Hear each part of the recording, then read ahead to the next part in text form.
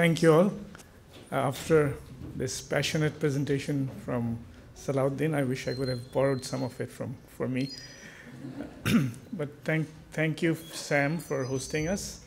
And I really admire what Sam is doing here, particularly Nicholas, that taking so much trouble to look into a place which is not really directly relevant, though Andreas has been telling us why, but I still have a lot of respect that you have taken this trouble to go out and try to understand what's going on in a very small part of the world. I'll keep my presentation to basically 3 points, which I think will help people looking at the exhibition understand why a location will sort of influence the way a designer goes about processing the designs that they make.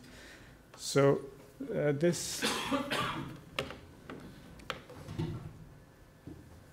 So here the important point to note is location and how it influences the design process. So let me warn that this is a very personal experience. I've been practicing for 35 years, and there are certain things I feel which I think will sort of illustrate how people from two locations will start on a process, a design process differently. So the stream, my stream starts from 1982, and Chetana Kazi has elaborately talked about, so I'll just go quickly over this. Basically, we were rethinking, just out of the school, we were rethinking on how to look at our designs. And the basic question was this, that if we were not colonized at a crucial period of history, how would our architecture have evolved? You have to remember that this crucial period is a time when the world became democratic and the buildings became democratic. Before that, it was castles, palaces, temples, religious buildings. So for me, the architecture is an expression of a designer, and it depends on these responses: visual, of course, climatic, sociocultural, technological, and emotional. We don't talk about the emotional; it's always there when we design, but we don't talk enough about it. So emotion will play a role on the location. So location is strongly climatic, you can obviously feel, sociocultural, and also emotional. So I submit that a person from a different location, from different locations will also behave emotionally a bit different. So their architecture should be different.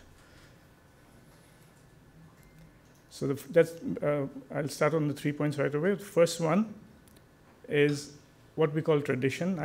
It's a collective wisdom.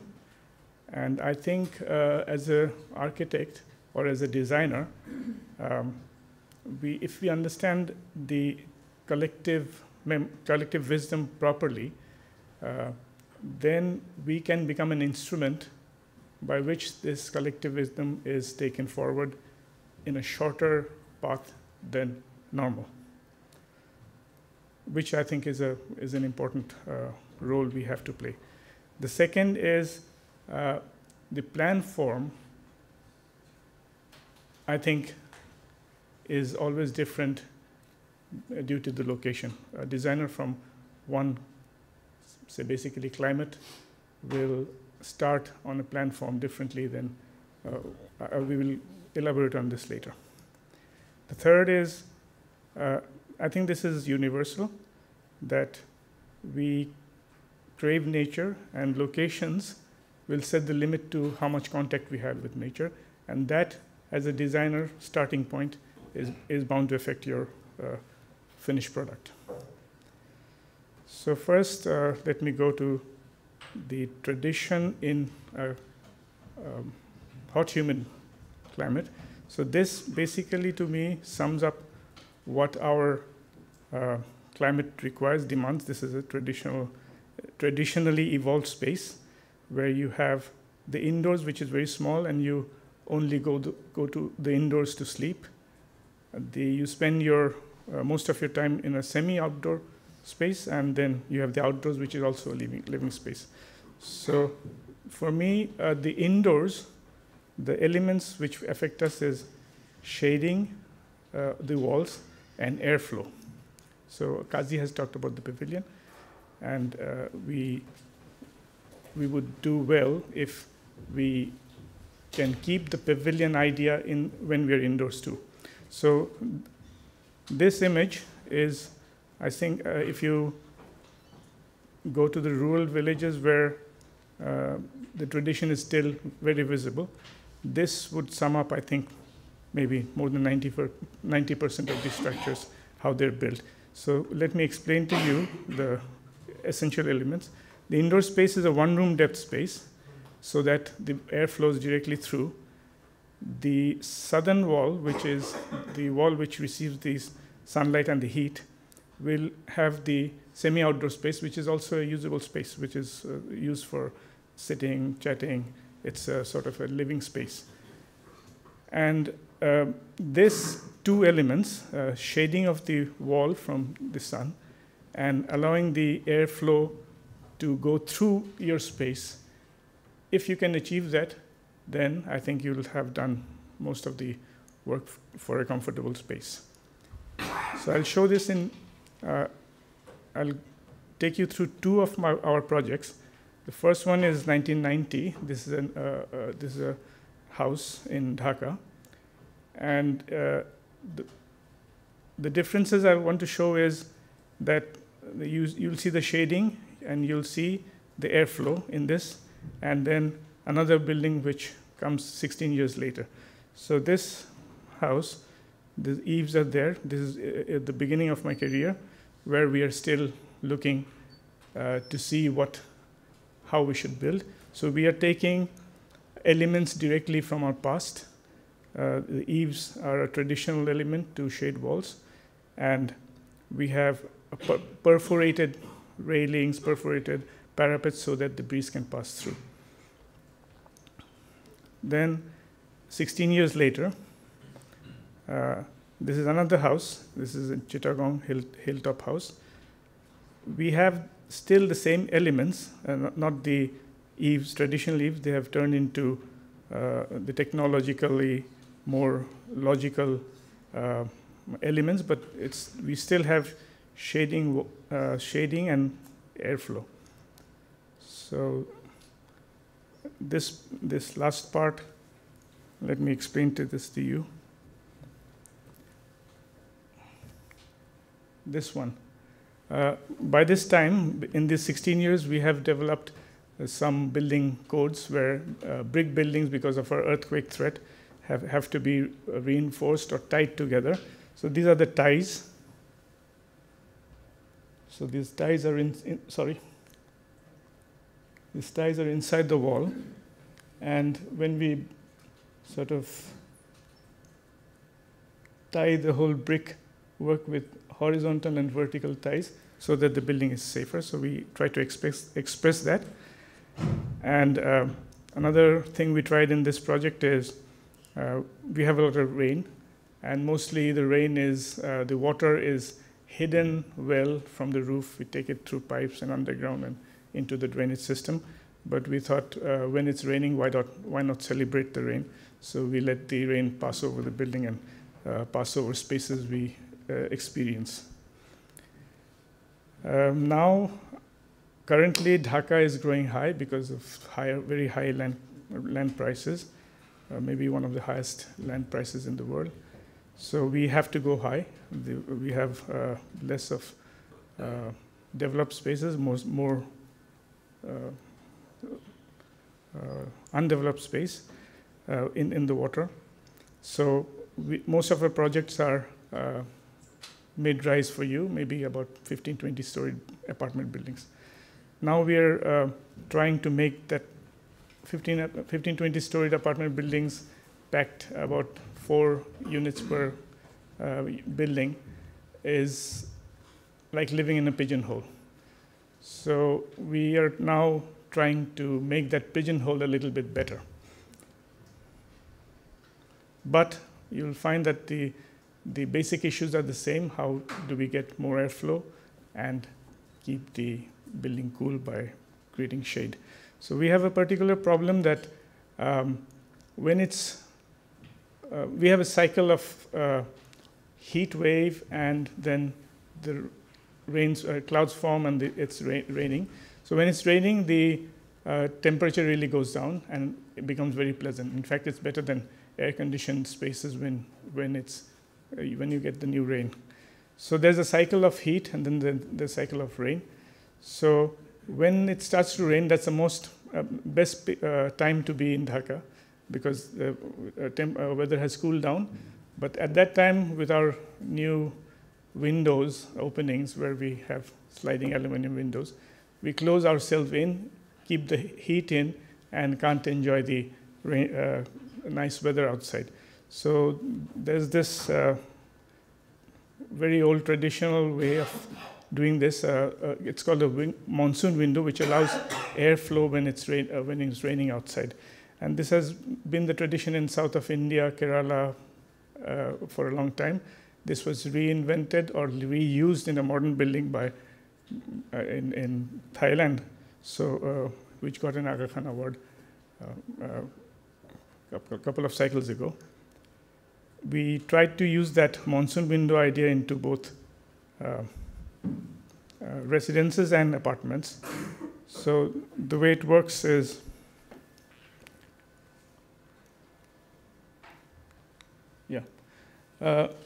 so we have a large window which is fixed, and the side windows are operable. And then underneath the large window, you have the monsoon window, which will allow airflow when these windows have to be closed because of rain. There, that's the detail. So this is also being done in apartments, these pigeonholes. Maybe the pigeonholes are getting a little bit better. Okay, the next issue is the plan form. So this here you see I've taken out plans from the internet from different locations. So this one would be a plan from a cold country where you can see that the exterior is minimized to keep the heat in. And the windows you can see are, one room can have only one window, so the windows are only for light and nothing else. And then this plan would be from a hot, dry climate where you need shading, you need windows, and you need the hot air to escape. So you need a larger courtyard spaces. And this is something which comes from our part of the world, where you break up the form so that the surface area increases and envelope surface area increases, and it's better for the heat to go out and allow cross ventilation. So keeping this in mind, let us, so this broken form, given a competent and good designer, they can still work with this broken form and make a form-based building. So this is a building which we all know. And if you just, this is the same building, Khan's building. The only thing that which we have done in the first image is all these gray areas are not really outside areas. So he puts a skin over that to make the form complete, but inside it's still a broken form. And the same architect, when he builds in a colder climate, he will start with a plan form which is square. All the elements look similar, but the starting point is different. That's what I want to get at. So in also closer to home in Bombay, Mumbai, Charles Correa built this building, which is well known, Kanchenjunga Apartments. It looks very formal, but again, in section and plan, you'll see a lot of broken spaces, so which allows the airflow and ventilation. So in our projects, this is again going back to those two buildings which we showed earlier. Let's see the plans and see why the broken plan works better. So we started with trying to build around a courtyard, and we started to have those green spaces in between spaces so that there's a continuity of space flowing from the outdoors to the indoors, then through a semi-outdoors, and again into the indoors. And we turned the plan around for certain benefits of space flow and airflow. And we ended up with a plan like this, where the essential thing to note is this gray area is actually semi-outdoors and outdoors. And then we have the green area of the living space, which is again an open space, so that airflow through it is very easily achieved. And in section, the airflow can be 1 in 4 ways. It can go across, it can go up, and escape through the courtyard. So again, it's about shading, walls, and airflow.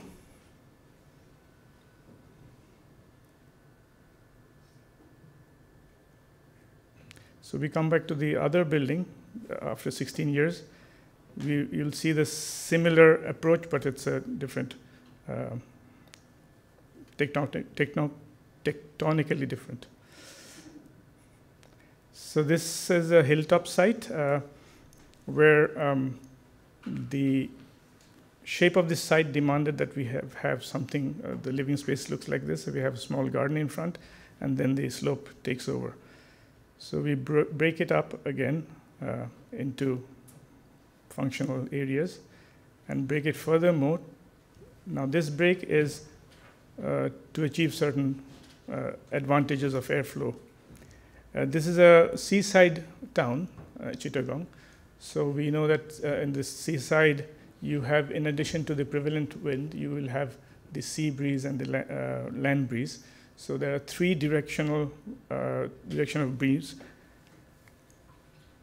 These 2 are the bedrooms. They have 4 bedrooms, 2 on the ground and 2 on the first floor. So these are the 2 which we concentrated on for the breeze flow, and this is the common living areas. So that's the plan. That's the living area. And the prevalent breeze wind is this, the green one, and the sea and land breeze will alternate in the blue lines. So both these rooms, the 4 bedrooms, will receive cross ventilation no matter which direction the breeze comes from.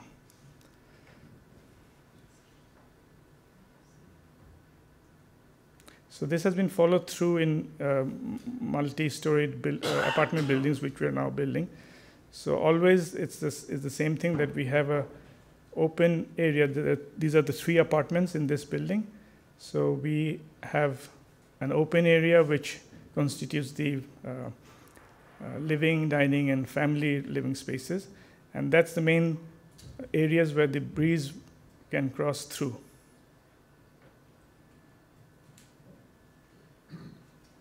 So I'll quickly go through this similar types of approaches. This is the ground floor of a 15-storied apartment building. The ground is dedicated to the residents. The cars quickly go underground because we have lack of open spaces. We thought that any building high-rise building that we do in Dhaka, we should try to maximize the ground for common areas for the residents. So this deep green and the light green is available to the residents for their for common use. Only the white spaces are functional spaces. And at the apartment level, again, you will find that these blue, green areas are areas where the breeze will flow through.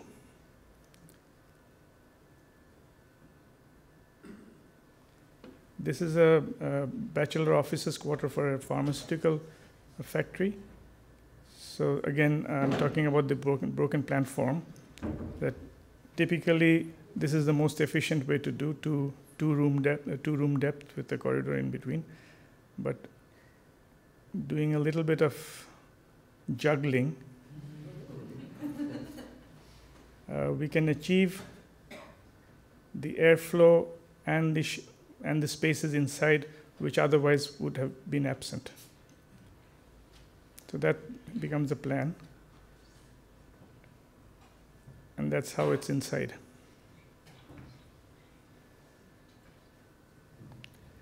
Now we come to our last part of the thing of our presentation.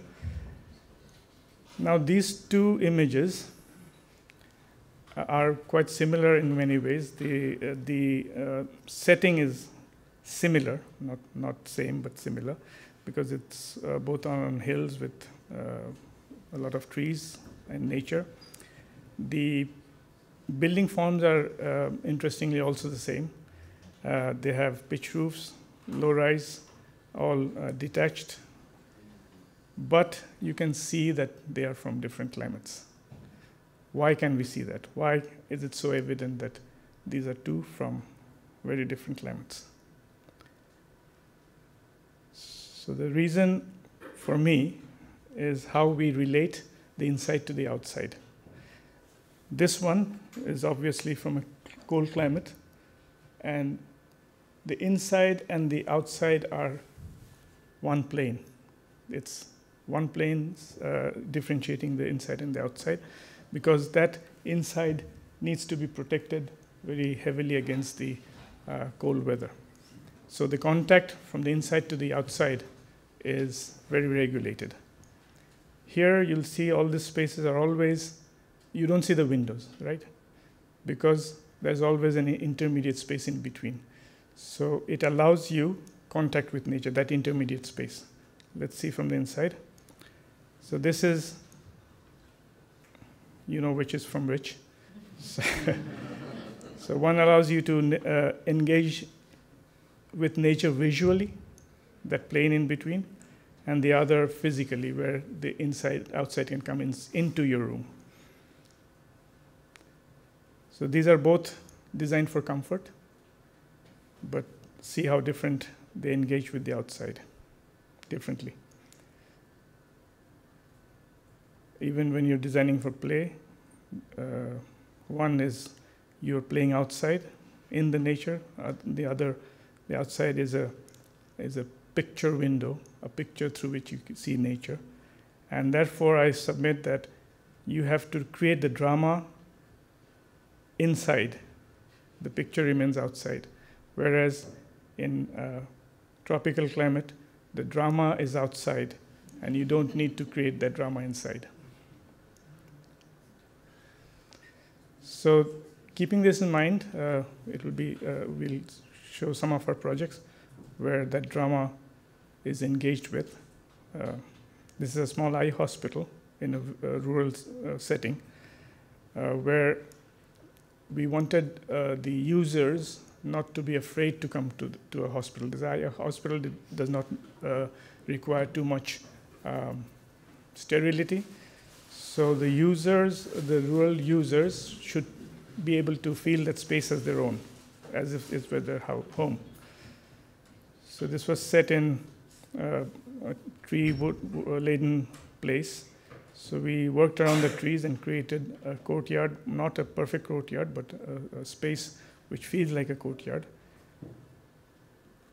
And the outdoor patient come here because this is a pavilion kind of space. They can walk in from any direction. They will see the doctors here. And if there's an operation, they go here. And only after the operation for a day or two, they will go here and above to the wards. So this is the kind of space which would be typical for a rural home. And this is followed into the hospital as well, so that they feel quite at home when they're using it. That's the outdoor waiting area.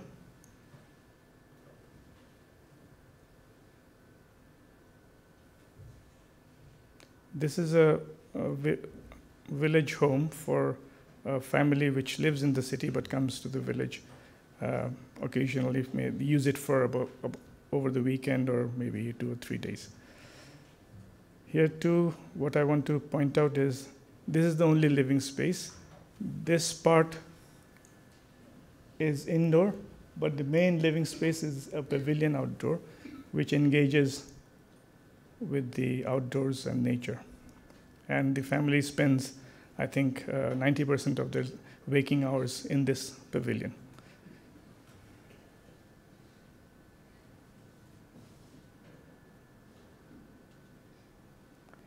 Now again, when we go high, we are trying to make that pigeonhole better in terms of this contact with nature.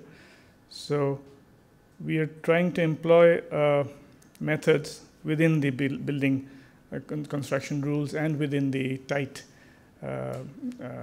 budgets imposed by the developers by moving, say, a room. This blue space in one level would be over here, then it could shift over here, the next one could shift here, and the roof becomes a terrace for the ground below. So then we achieve some terrace spaces inside that stack, and pigeonhole becomes a little bit better.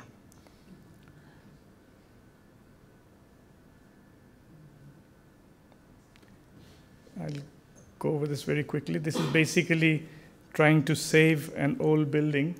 An IT firm, IT software firm, wanted to make a 5-storied building over here. We convinced him to use the old building as the software developing part, and their office, 1-storied office over here, because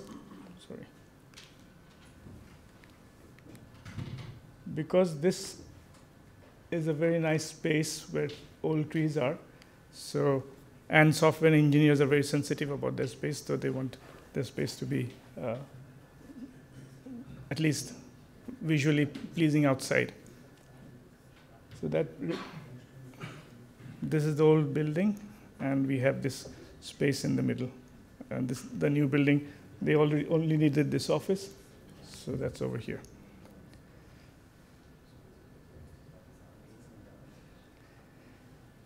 I'll skip over this. I think I'm running out of time. This does not need to be shown.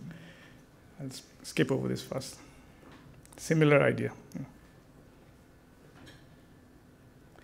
And when we have enough spaces, which we don't normally have, this is in a tea garden, so it's a bungalow for a tea garden owner. So we can really build spaces which you can't really say which is inside and which is outside, and that's the best way I think we should be able to build, if we can.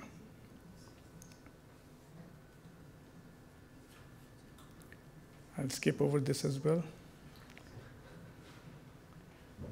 Okay, I want to end here. Since location is important for a designer, I find it sad that that we lose, globally we lose opportunities when there's a new idea and there's a new question in the intellectual realm. So there's an inquiry first. Let me go through this, and I'll be able to explain better. So if there's a question which sort of there's somebody who's going to express himself with that question in mind, an intellectual question, and then it changes over time, maybe. So and then it finds a sort of a good expression. So this takes up at least this whole process took, I think, from the beginning of the question to this expression took, I think, 25 years maybe. And then The others, we try to follow the expression and not the question. So what I feel is a loss is if this question was put into, say, the minds of creative architects all over the world, say Africa, Japan, China, and a place like ours, and we started working on this simultaneously, then we would have gotten the responses to this expression differently. And it would have been beautiful to see how the same question can evoke a different expression. So I think this is a thing we sort of miss out when we don't recognize that this is to contribute to the global basket, you have to think about your local context and then answer that, partake in that intellectual discussion. So I think this is something we should all bear in mind, whether we are from a cold climate like yours or from a hot, humid climate like us. Thank you.